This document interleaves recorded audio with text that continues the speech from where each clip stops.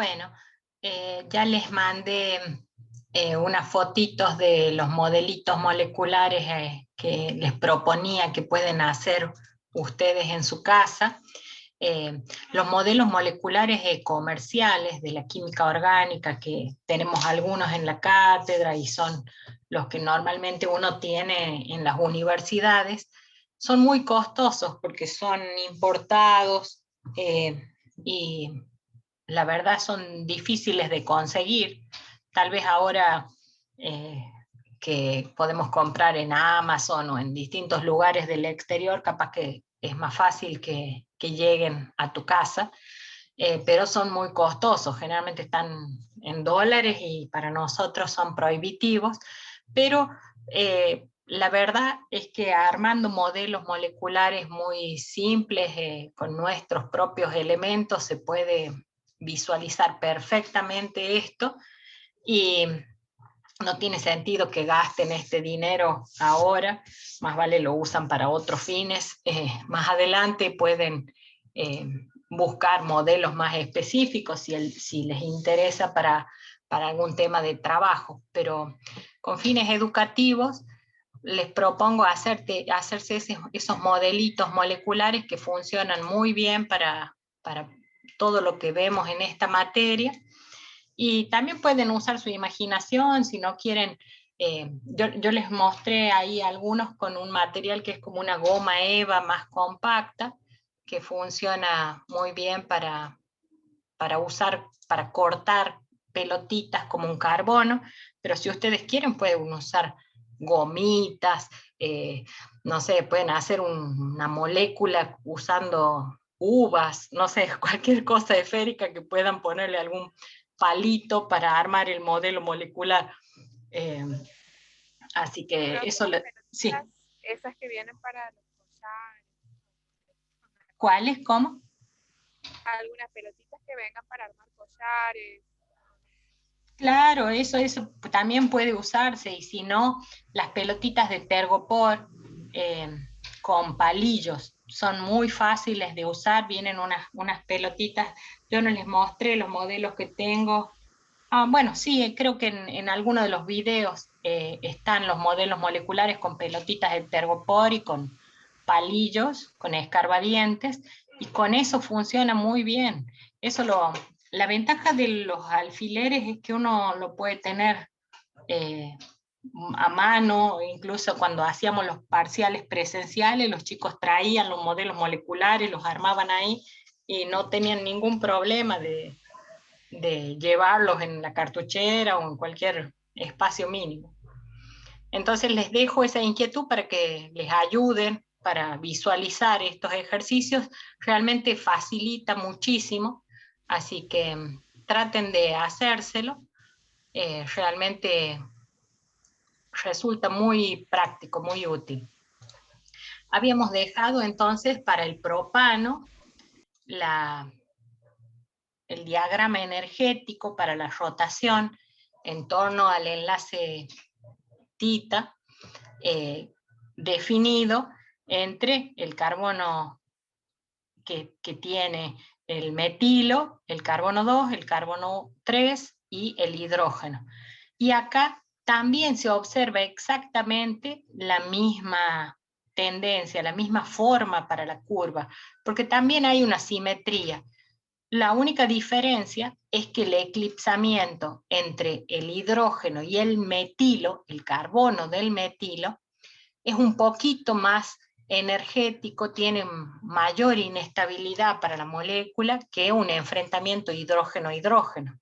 Entonces, en lugar de ser 2,9 calorías por mol, kilocalorías por mol, estamos hablando de 3,4, un poco más alta, un 0,5 kilocalorías por mol de mayor inestabilidad por el tamaño del átomo de carbono que se enfrenta con el hidrógeno. ¿Sí? Siempre van a ver que los máximos de estas curvas coinciden con las conformaciones eclipsadas, es decir, cada 120 grados yo tengo una nueva posición eclipsada. Entonces, acá al ángulo 0, al ángulo 120, 240 y 360 nuevamente son las tres conformaciones eclipsadas. Mientras que las alternadas se dan justamente entre los espacios, también con separaciones de 120 grados entre sí, y coinciden con los mínimos de estas curvas. Ahora vamos a ir a una molécula un poquito más complicada, que es la molécula de pentano, que era la que estábamos visualizando.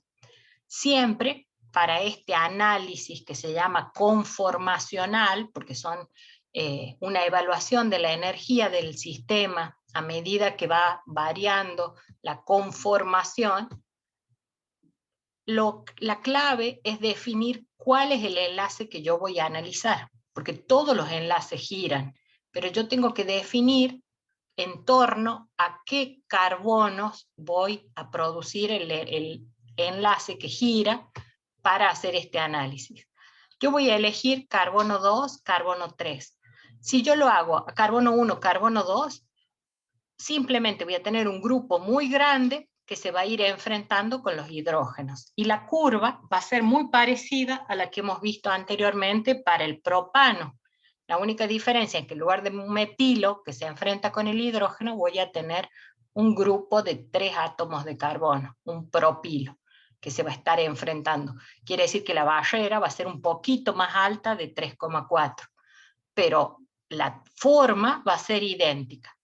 En cambio, cuando yo analizo carbono 2, carbono 3, como el carbono 2 tiene un sustituyente grande y el carbono 3 también tiene un sustituyente grande, acá se van a ver diferencias. Yo voy a enfrentar, voy a eclipsar para partir de 0, este va a ser mi ángulo diedro, el ángulo metilo, que sería carbono 1, carbono 2, el hidrógeno, el tercer punto va a ser el carbono 3, entonces metilo, carbono 2, carbono 3, y el grupo más grande del carbono 3, que es un grupo etilo. Entonces yo tengo dos grupos voluminosos que se están eclipsando. Este punto es el que yo voy a tomar como valor 0 para el ángulo θ para comenzar a rotar. Y siempre voy a rotar el carbono de adelante en sentido horario. Entonces, parto de este valor 0, que acuérdense que yo digo eclipsada y las dibujo con una pequeña separación, y eso es para que se vea, pero tendrían que estar como una línea perfectamente uno enfrente del otro, pero a los fines de que se vea en los dibujos, los eclipsamientos no se los hace coincidir con tanta perfección, porque si no, no se vería nada. Entonces, voy a partir de este ángulo 0 y voy a comenzar a rotar el carbono de adelante en sentido horario y siempre con escalones de 60 grados, que es lo más conveniente para ir alcanzando los distintos puntos importantes. En la primera parte yo voy a ver que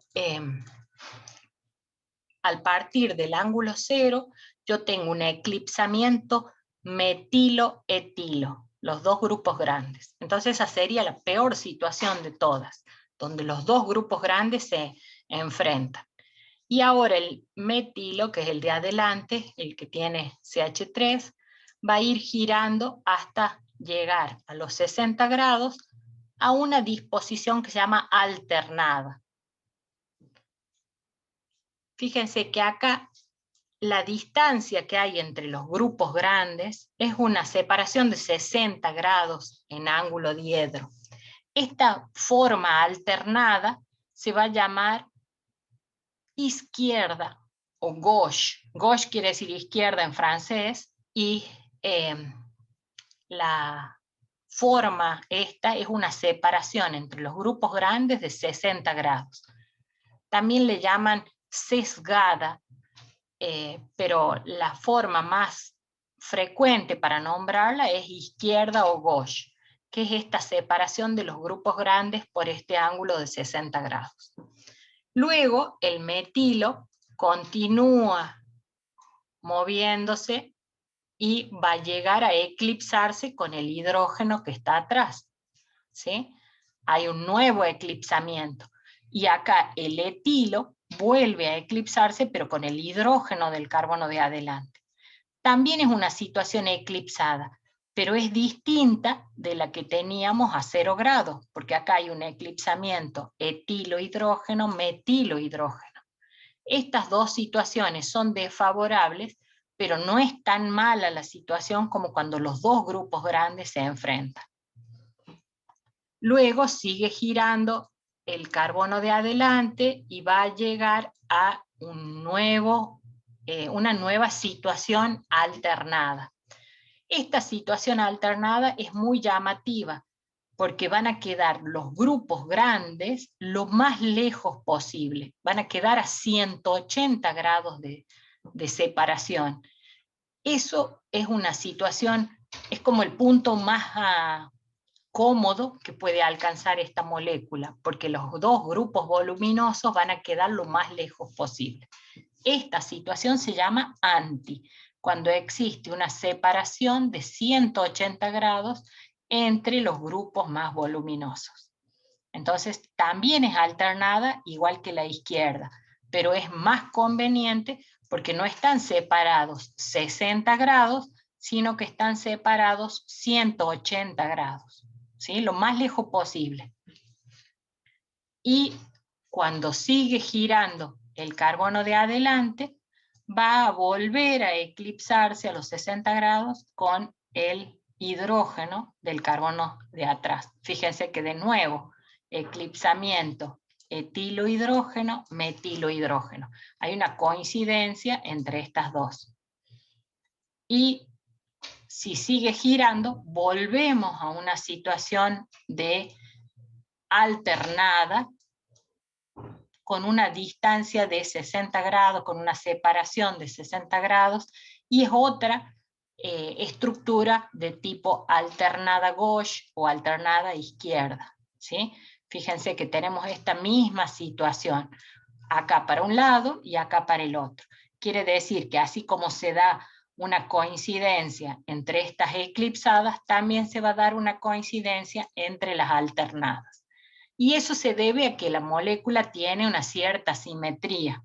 Entonces, los únicos puntos que son únicos son la eclipsada más fea de todas, que es la peor de todas, la que tiene los dos grupos voluminosos con la máxima oposición, y la que tiene la mejor situación, donde los dos grupos máximos están lo más lejos posible. Entonces, ¿cómo va a ser el diagrama energético? Acuérdense que siempre tenemos 0 grados, 60 grados, 120, 180, 240 y 300 grados. ¿Y qué pasa con 360? Bueno, vuelve a ser igual que la de 0 grados. Entonces, ¿cómo sería acá el diagrama de energía potencial en función de la rotación que tendríamos que definir? Quiero que ustedes me digan dónde pongo la ubicación de la energía.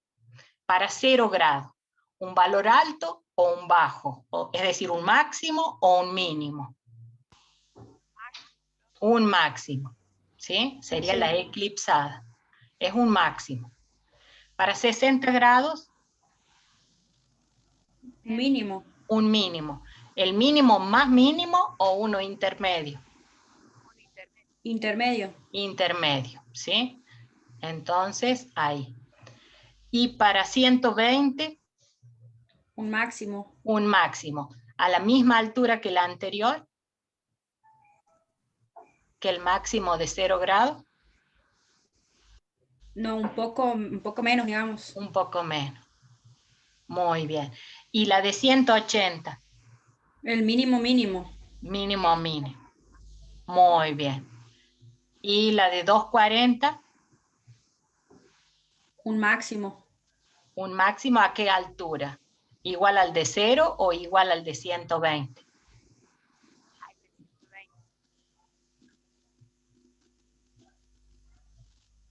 ¿A quién se parece más? al de 0, donde están los dos grupos más grandes enfrentados, o a la de 120, que tengo metilohidrógeno, etilohidrógeno. A esa, profe. A esa. A esa. Entonces, ahí, al mismo nivel de la de 120. Y la de 300, Un mínimo. un mínimo. ¿Con quién Como la coincide? de 60. Como la de 60, exacto. Y la de 360, y tiene que ser igual a la de 0. Máximo como Acuérdense el de 0. que esa tiene que dar igual. No hay forma que dando una vuelta quede distinto. Quedaba en otro lado. Algo salió mal si le sale distinto. Entonces, ahora solo me queda... 300, profe. ¿Cómo? Sí, el de 300. Le quiero consultar en la posición de 300, porque eso también se llama izquierda. Porque también izquierda es, acá tendría que llamarse derecha, pero no, esta disposición donde están como oblicuas, así, una al costadito de la otra, a eso le llaman izquierda, no de qué lado es la mano. Sí, yo también perfecto. Siempre me pregunté cuando hice esta materia por qué le llamaban izquierda si una vez era para la izquierda, otra vez era para la derecha. Pero no, es como que hay una a la izquierda de la otra. Por eso. Bien. Y, ahora lo único que queda para definir este diagrama de energía potencial es unir los puntos con una sinusoide, con una cosinusoide lo más curvadito posible. ¿Sí? Vamos a ver si no me tiembla la mano acá. Ahí. Y ahí termina el diagrama de energía potencial. ¿Sí? Fíjense un detalle. Todas las eclipsadas son máximos, todas las alternadas son mínimos. Siempre la eclipsada de mayor energía es la que tiene los dos grupos más voluminosos. Y cuando esos grupos están lo más lejos posible, estamos en anti, ¿sí? En la de 180 grados de separación. ¿Está bien? Bueno, esta sería una de las moléculas así más complejas que puedo llegar a pedir. No hay mucho más complicación que esto, pero es importante que ustedes practiquen, ejerciten y aprendan a dibujar este diagrama para distintas moléculas. Si quieren ejercitarse, ir haciendo ejercicios parecidos a los que va a tener el parcial, en el Google Drive le puse una guía de ejercitación. Y ya vamos a empezar a ir resolviendo ejercicios para que ustedes se vayan preparando para el parcial, pero es importante que ustedes vayan intentando resolverlo por su cuenta. Profe, ¿cuándo sería el parcial? Ya les voy a definir en la fecha, faltan 3 temas por lo menos, así que deben faltar no menos de 2 o 3 semanas, pero vayan poniéndose al día, porque es como que empiezan a sumar mucha información y es muy difícil después estudiar toda la materia en 3 días.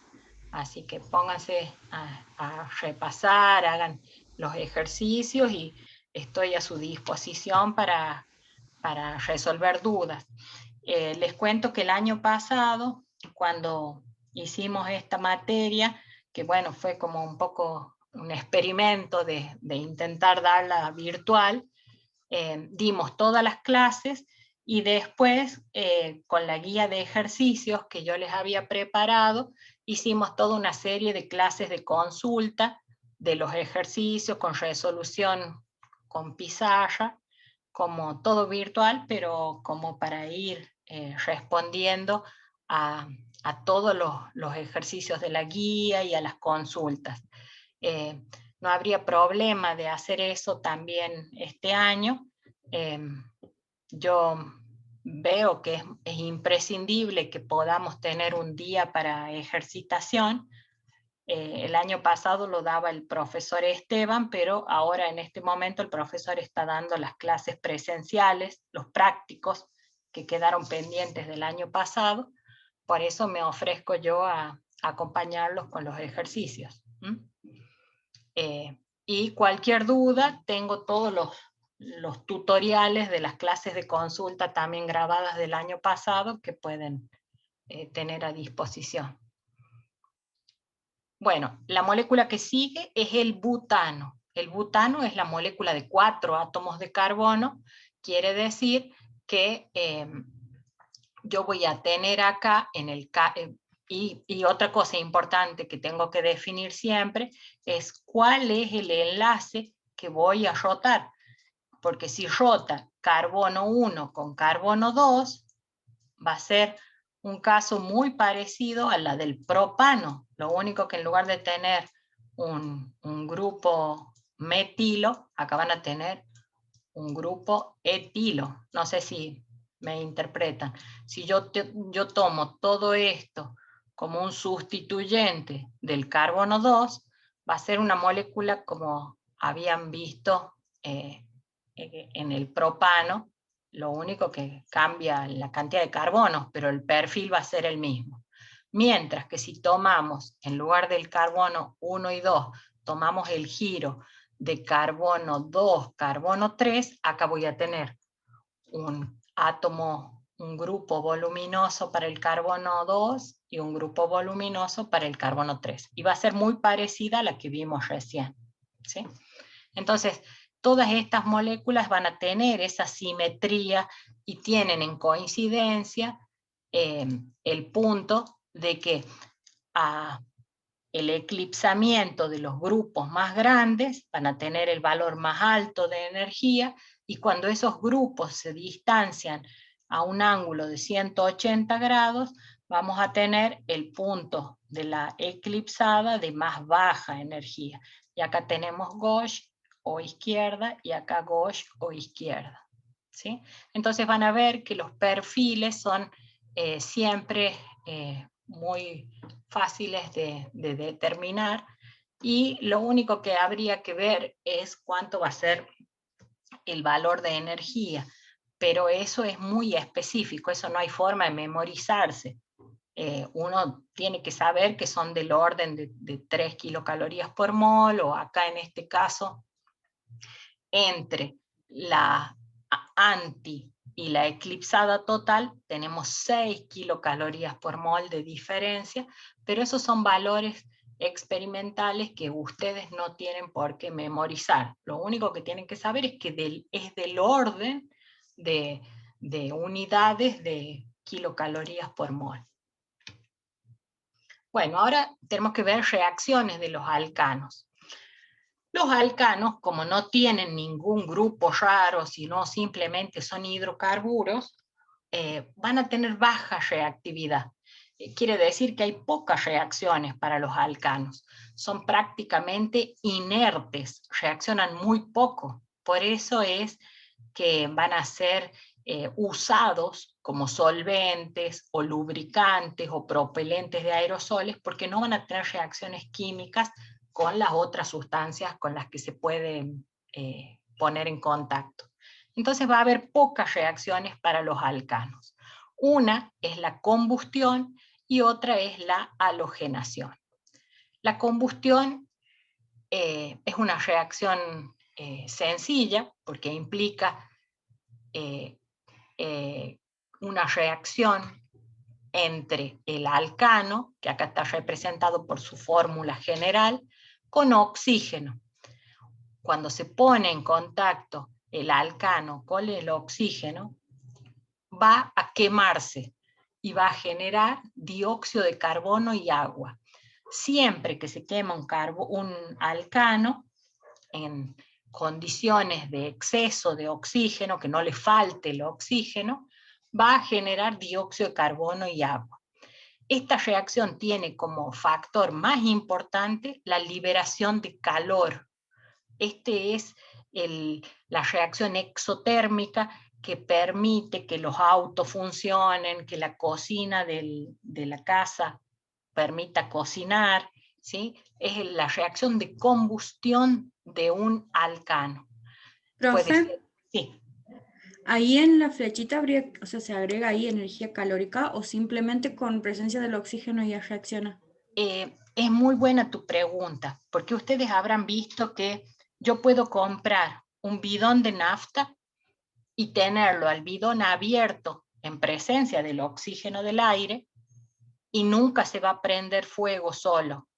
Si no hay una chispa, una pequeña llama que prenda que encienda, inicie esa reacción, por más de que yo tenga la nafta al aire, nunca se va a prender fuego sola.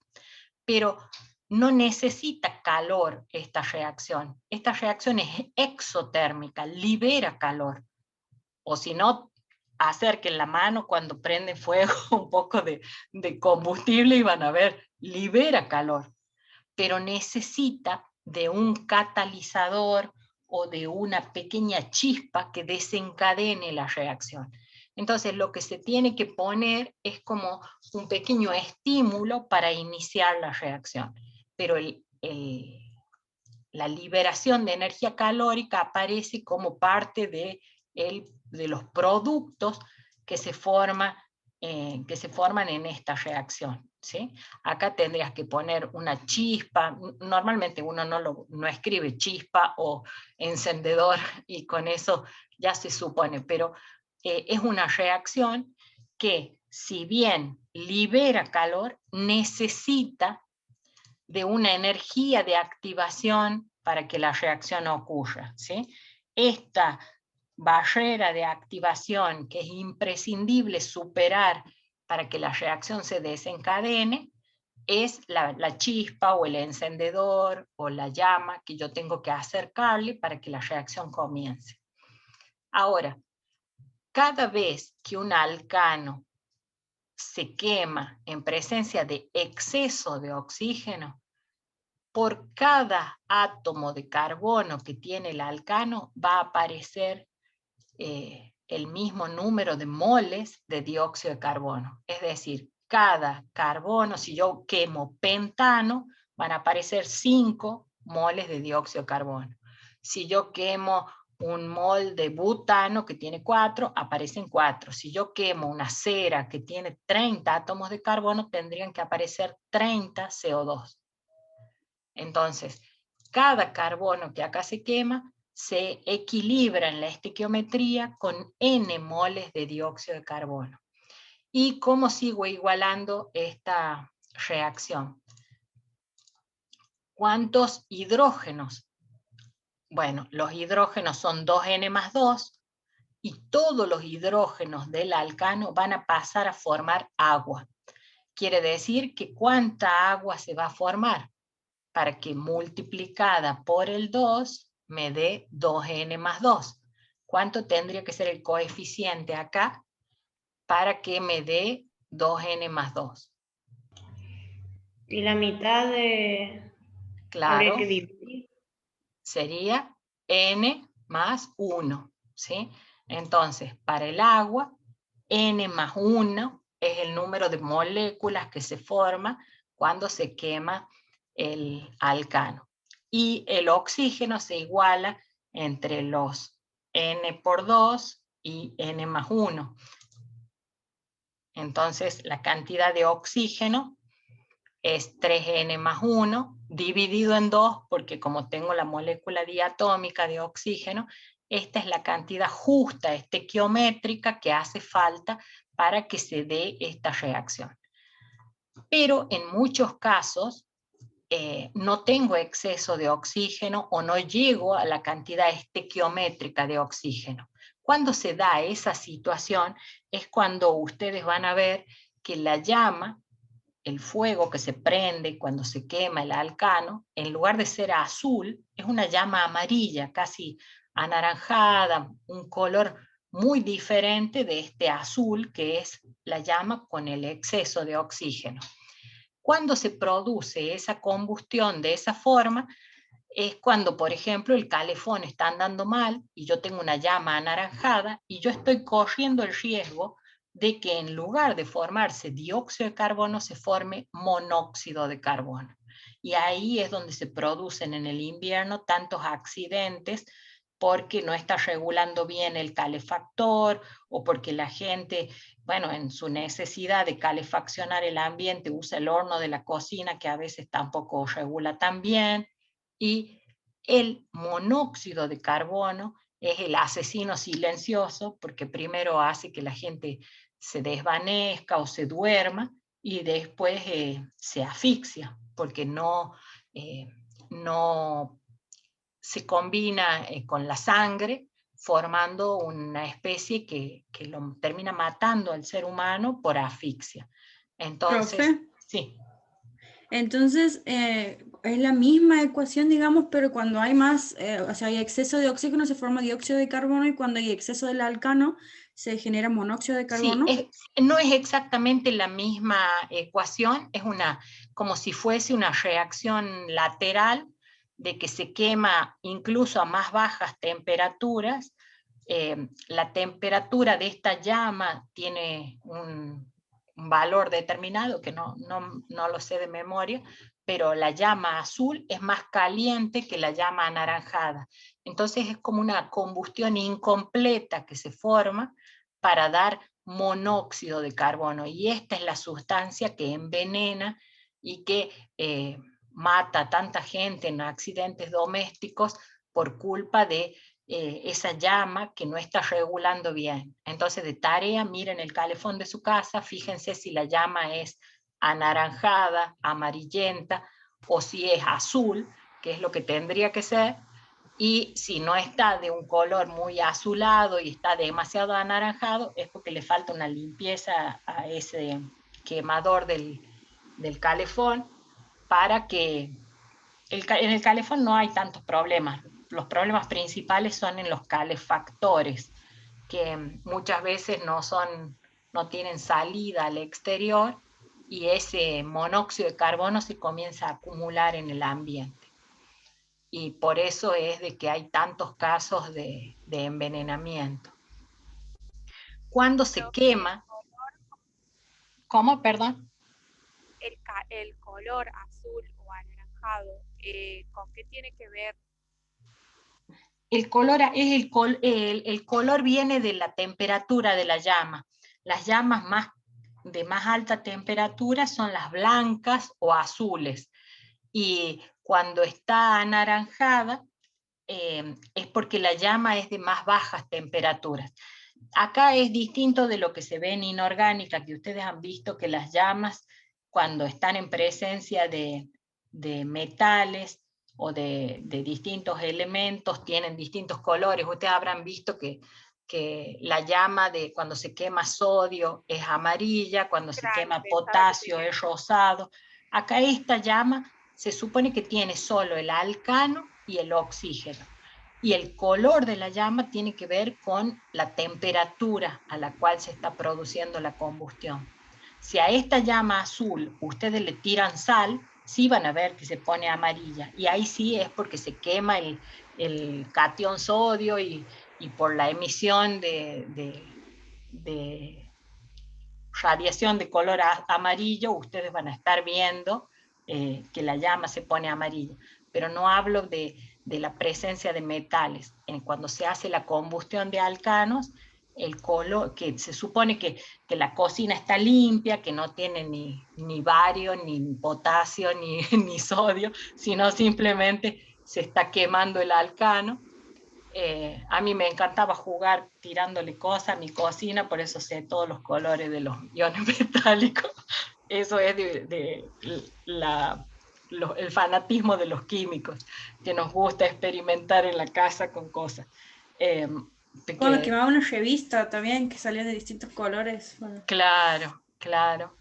Pero si ustedes quieren sacarse la duda, busquen en el Google cómo son los colores de la llama.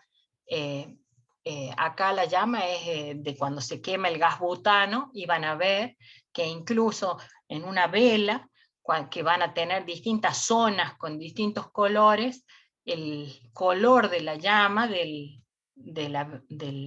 la vela tiene que ver cuál es la zona más caliente y cuál es la zona más fría. En el caso de los calefactores, van a ver que en algunos casos se ve una llama muy anaranjada, muy amarilla, y eso es de que no está andando tan bien. Y como les mencioné, la reacción de combustión es exotérmica, siempre libera gran cantidad de energía, entonces es muy fácil medir cuánta energía se desprende cuando, por ejemplo, metano, etano o propano se quema, y hay muchos experimentos de la química viendo o que miden estos valores de calor desprendido. Entonces, son propiedades que están tabuladas para las distintas sustancias. Hay mucha información de cuánto calor se desprende cuando se quema, por ejemplo, el hexano, y dice que son 995 kilocalorías por mol. Y ese valor es el cambio de entalpía en condiciones estándar para la reacción de combustión del hexano. Entonces, para todas las sustancias orgánicas están como informados estos calores de combustión, y uno tiene esa información. Sigamos, si yo tuviera que elegir un combustible para calefaccionar mi casa, ¿a mí qué me convendría usar? ¿Etanol o hexano? Y si yo me fijo, quemando un mol de etanol, libero 300 kilocalorías por mol. Mientras que si yo quemo un mol de hexano, libero 995. Y a mí me conviene, si yo quiero usar para calefaccionar, usar hexano, porque libera mucho más calor por mol quemado, ¿sí?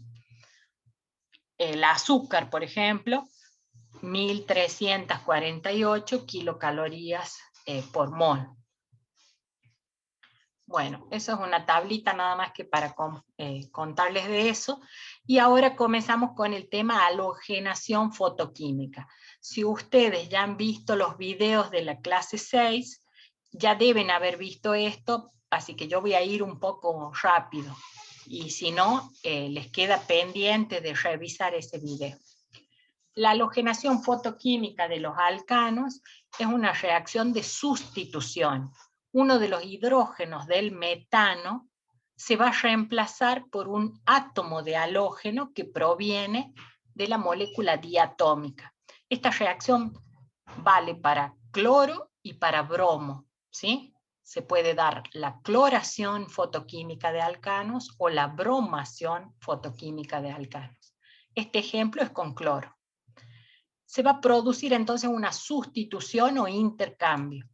La ecuación global muestra cómo es el reactivo que yo pongo, metano más cloro, y cómo son los productos que se forman, el cloruro de metilo y cloruro de hidrógeno. Pero no me está diciendo cómo ocurre la reacción.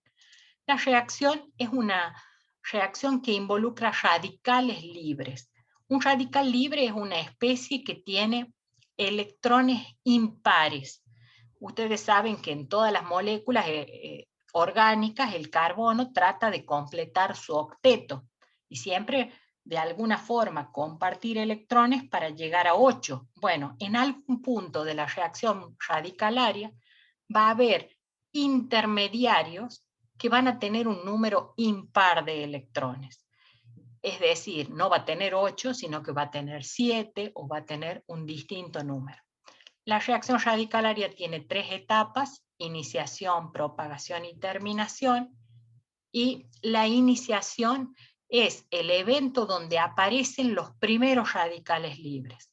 La molécula diatómica de cloro se va a romper homolíticamente, es decir, en dos partes iguales, en dos radicales cloro, donde cada uno va a tener 7 electrones. Los otros 3 pares no enlazantes no se los escribe, pero sí están. Es la capa completa del cloro, que tiene 7 electrones, pero se muestra solo el electrón impar. Este radical inicia la reacción radicalaria y se va a propagar mediante